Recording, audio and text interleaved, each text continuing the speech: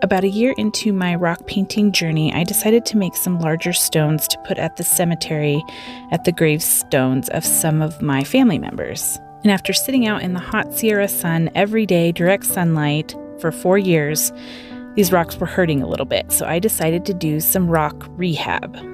Some of them held up a little better than others, but what I'm doing here is just taking a nail buffer to get off all of the loose paint on this particular rock. I did 4 rocks that I had to fix, and so I wanted to get all the loose paint off, and I could see a lot of cracks in the paint. This particular one held up a lot better, and I just had to smooth it out. This one lost a lot, so they were in varying degrees of decay, I guess we could say. This was also before I was using resin. I'm not sure that resin would have prevented everything, but I think it does have a stronger protective factor than, say, the spray sealer, and that's all that was on these. So I'm already starting to add paint back in, and where I had no paint at all, where it had completely come off, I'm adding some Liquitex gesso to give a nice background and base coat for the remaining color. And then I'm just doing the best I can to recreate the backgrounds that were on each of these rocks.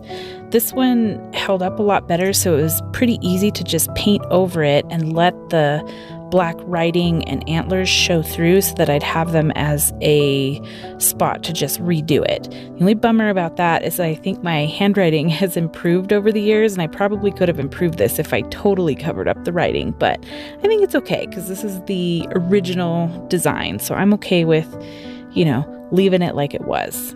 And this is very typical of my process to move back and forth between 2 different rocks. I'll put one under the fan and then work on another one. And then when the other one's dry, I'll come back to it. So I just was back and forth blending the backgrounds on both of these rocks so that I could repair them.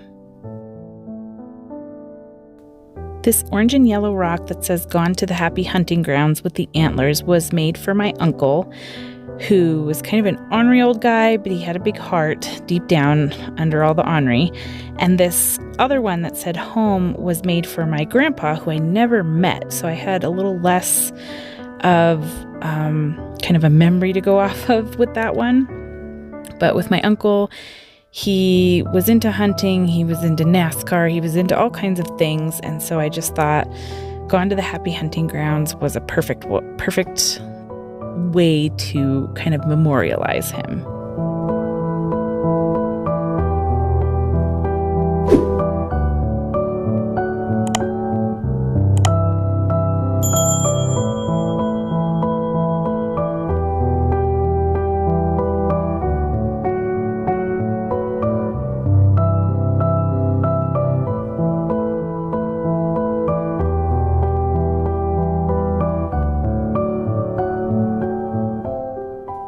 And for the one for my grandpa, I just chose to write "Home" on it and do some typical pine trees from the Eastern Sierras because that was home for them, and that's home as a final resting place for them as well.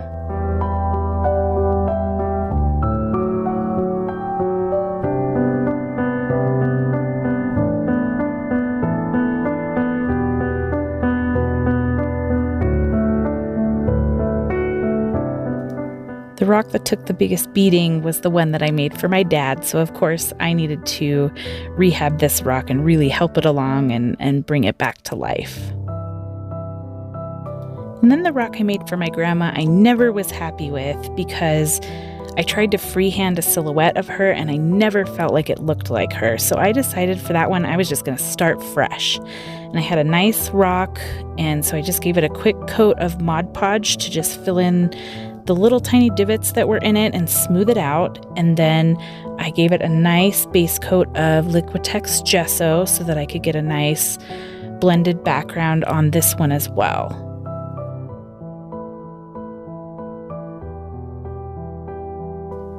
Looking back at the way my dad's turned out, I realized that the original had a lot more pinks and purples in the sunset. But I think it turned out okay still. I'm happy with it. I guess as my dad, he didn't need a ton of pink, but we do get really pretty sunsets here. And I took some transfer paper. I did a lot of searching on the internet to find a late 1980s, early 1990s Peterbilt transfer truck, because that's the kind of truck my dad drove for a local construction company. And that's what I had on the original rock, but I freehanded it. So this time I decided to use the carbon paper to make it a little easier on myself and get that silhouette on there and then fill it in, because that is kind of something people knew him for, was him driving this truck for a local company. And I don't think my dad had an enemy. If he did, I didn't know about it, because everybody loved him. He was kind of a loner, but he was super dependable, super friendly, and everybody just loved him, including me. And I miss him a whole lot.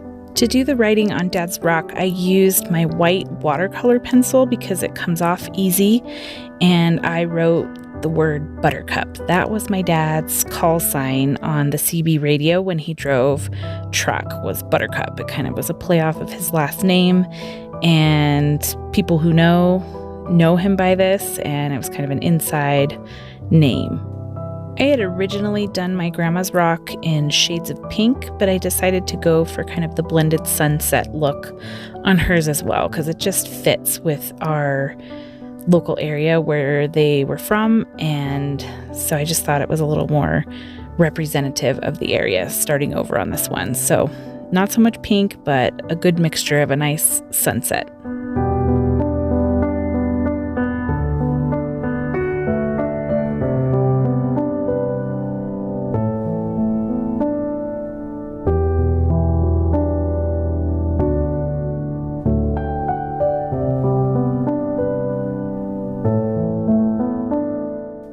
Because I wanted to get the silhouette just right, I decided to use the tracing paper again with this old picture that my mom brought me a couple years ago. It's actually both of my grandmas.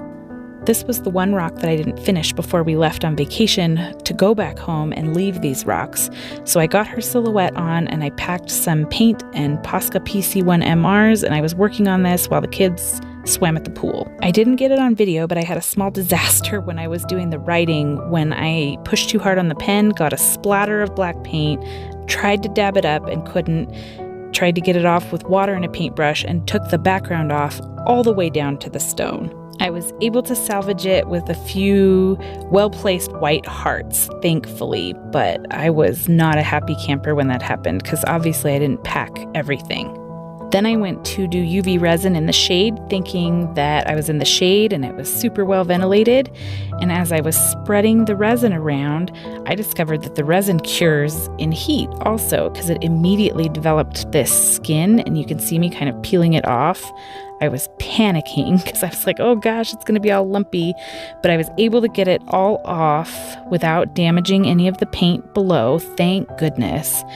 And so I got it off, and then I took it back inside with nice open windows and got the resin on.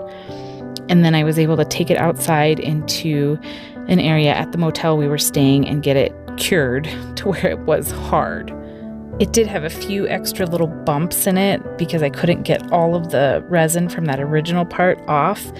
But at the end of the day, it's going out in the sun. I'm probably going to have to rehab this in another couple of years, so I'm just going with it. This rock just wanted to challenge me, and I really wanted it to turn out good, so I was putting lots of pressure on myself. So I'm glad I was able to save it.